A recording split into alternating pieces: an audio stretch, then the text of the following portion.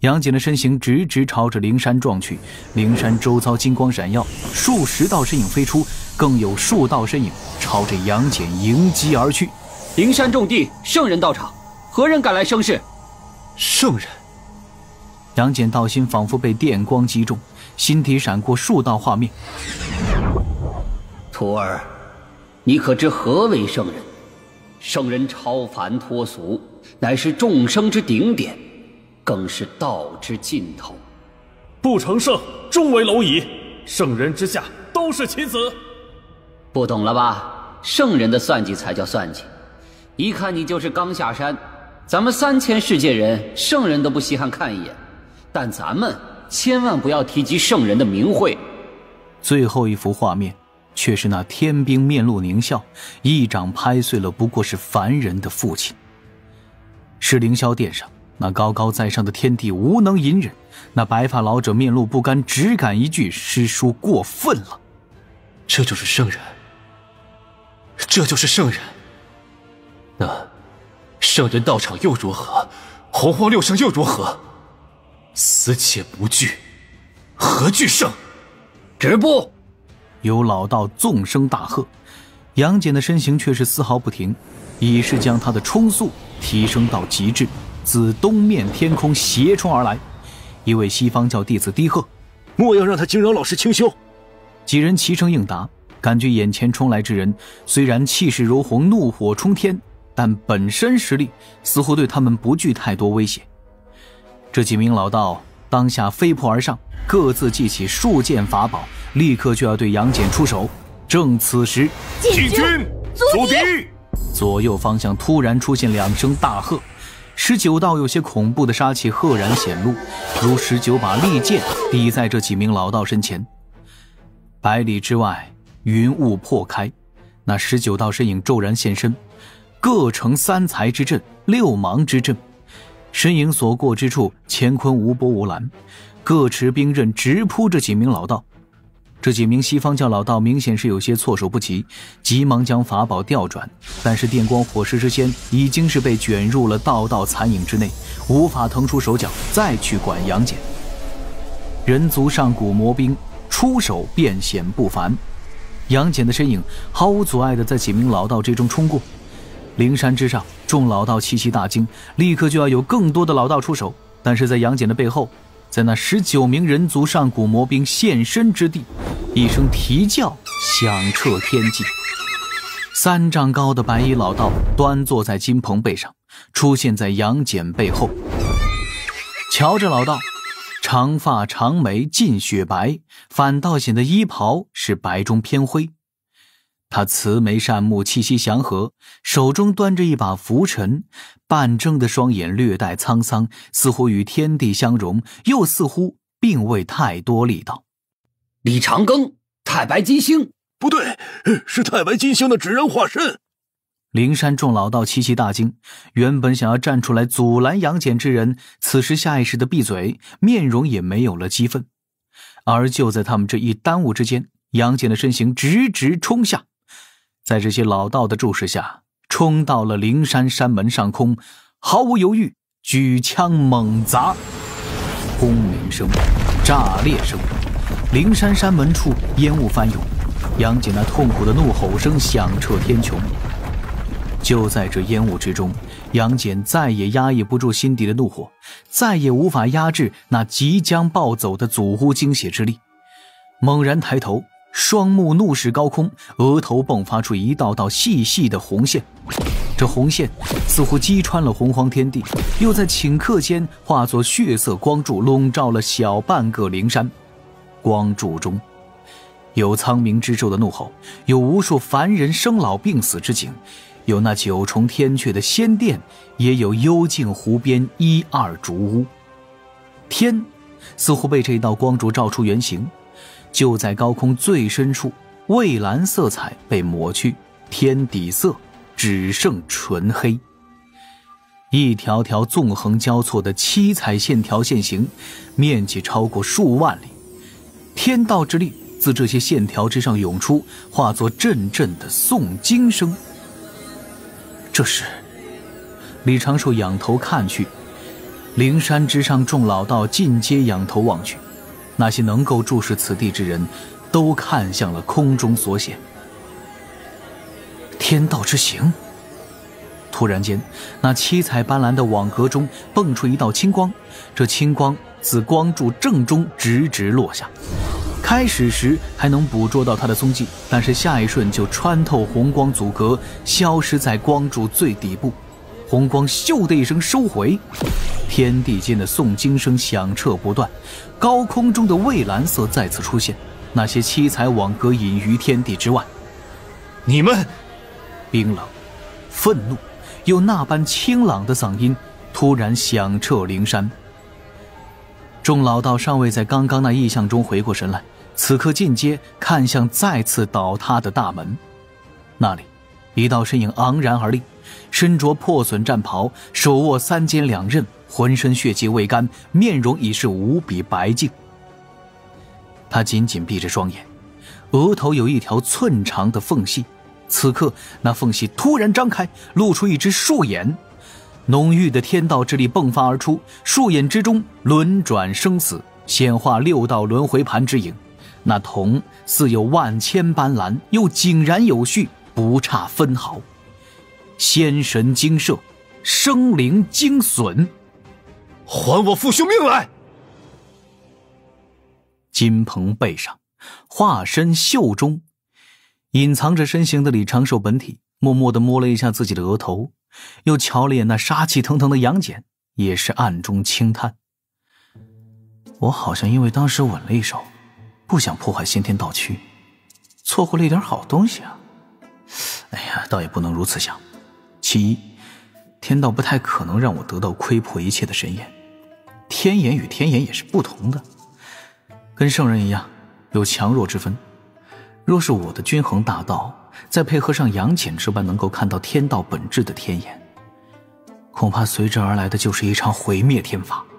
道祖老爷直接现身，笑呵呵地说一句：哎，好好好，看走眼了，看走眼了。哎呀，此子竟然是域外天魔。其二，在这一片洪荒天地中，生灵所得到的好处都已经被天道暗中标注好了价格，得了此天眼，已经是跟天道建立起了直接联系。今后杨戬注定是要为天道卖命打工，成为天庭中的后代战神了。能否扭转天庭文臣的外在形象，就看今天杨戬能把灵山砸成什么样了。李长寿摒除杂念，全心应对，观察着灵山上众老道的一举一动。金鹏已经悬停在高空中，飞临灵山正前。今日我来做杨戬的靠山，准确来说，是我此时代表了天庭来做杨戬的靠山。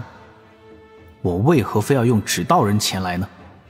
其实也是存了一点自保的心思，给对方一种他这不过是纸人，打了也没用的错觉。杨戬初开天眼，闭着原生的双眼，提枪向前。众西方教高手眉头紧皱，此刻倒也被杨戬的天眼多多少少给唬住了。但是在场的老道大多都有与杨戬一战的实力。杨戬虽然是开辟了天眼，但是祖屋地将的精血尚未完全吸纳，战力虽强，但是距离大罗金仙还远着呢。在场的这些老道，哪怕没有地藏弥勒须菩提这般的核心弟子，也没有文静等暗部高手，能胜过杨戬者也大有人在。此刻他们忌惮的不过是杨戬背后那只金鹏，以及那只金鹏上坐着的老者太白星君。星君大人，这是何意？一位老道似乎有些忍耐不住，一步后退，躲藏在人群中，斜指着李长寿喝骂：太白星君莫非是觉得我西方教弟子就没什么脾性？你3番5次前来灵山羞辱我，等念你是主节之人，百般退让，你竟护着玉帝外甥前来打砸烧抢，意图诋毁我灵山清誉，哼，简直是过分！李长寿默然不语，只是低头注视着步步紧逼的杨戬。众老道各自对视几眼，立刻有人向前半步，掌中凝聚万道金光，对着杨戬打出一掌。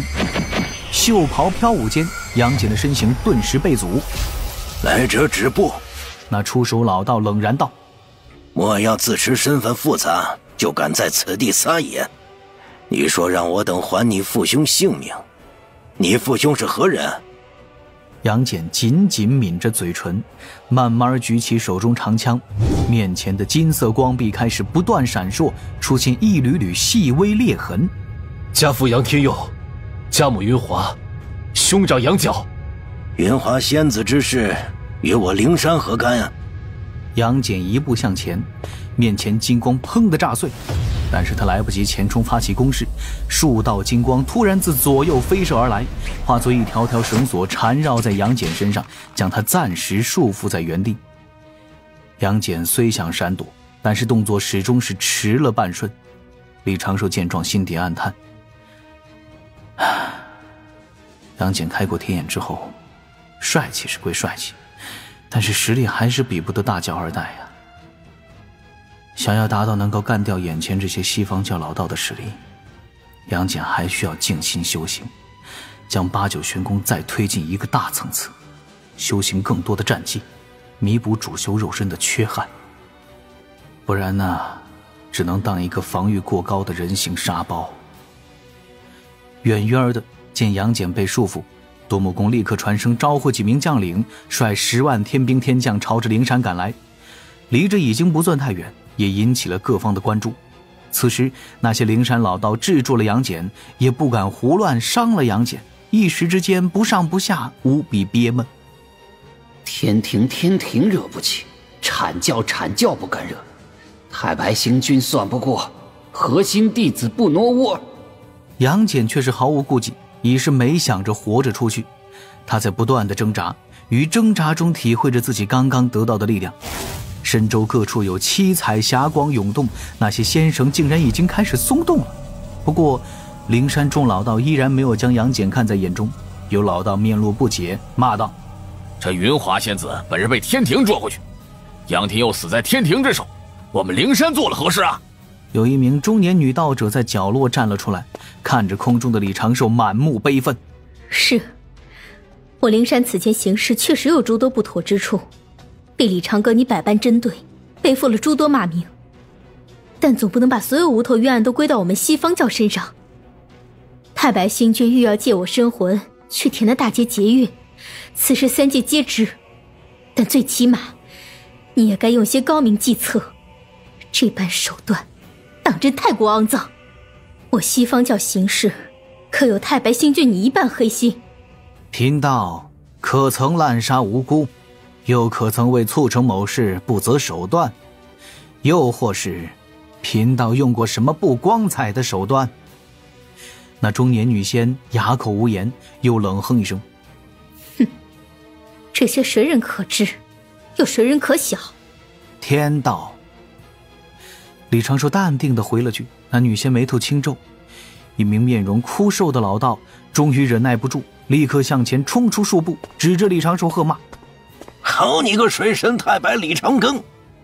今日贫道就在此立下天道誓言，杨戬父兄之死若与我西方教廷有直接关联，就请天道降下天罚，贫道愿领罪责。”咔嚓一声，这老道话音刚落，方圆万里的天地突然变暗，一道紫红色的雷霆自高空而来，瞬间将这老道的身形吞没，不由分说，不容闪躲。朵朵电弧对着四面八方乱溅，将灵山众老道撞的是连连倒退。天罚紫霄神雷。待天罚消失不见，那名被劈的老道也倒地不起，气若游丝，伤势不轻不重。正当他想爬起来时，侧旁突然寒光闪过，李长寿眉角跳动，灵山众老道齐齐震惊，目中满是不敢置信。3尖2刃出鞘，一颗满是焦黑的头颅抛飞而起，在空中犹自瞪着眼。不知何时挣开束缚的杨戬迈前半步，额头天眼睁开，其内飞射出紫金色光束，将那颗头颅内躲藏的元神轻松洞穿轰碎。灵山这个瞬息鸦雀无声。杀了！在圣人道场大杀了圣人弟子。这还有没有圣人？这还有没有圣法呀？杨戬，你该死！一名老道大声怒喝，数名老道带着怒色朝着杨戬飞扑而来。李长寿叹了一口气，动作不紧不慢，先是对着杨戬远远地点出一指，玄黄塔的虚影出现在杨戬头顶，洒落少许玄黄气息。又有一杆幡旗在李长寿的袖中消失，破开乾坤，出现在杨戬背后，其上火焰一卷，让那些飞来的宝物神通尽数消散于无形。人教先天极品灵宝离地焰光旗。杨戬身影被旗子发出的火光护住，8、9玄功施展开来，如下山猛虎，对着那一群老道猛扑而去。这般画面让不少注视此地的大能都是目放异彩。在灵山之上骂几句也就算了，直接打杀圣人弟子，这……金鹏背上，李长寿感受着金鹏那一颗跃跃欲试之心，暗中摇头。哎，闹吧，打吧，大不了就是提前忽悠阐教与西方教开战呗，道门也能够扫除诸多隐患。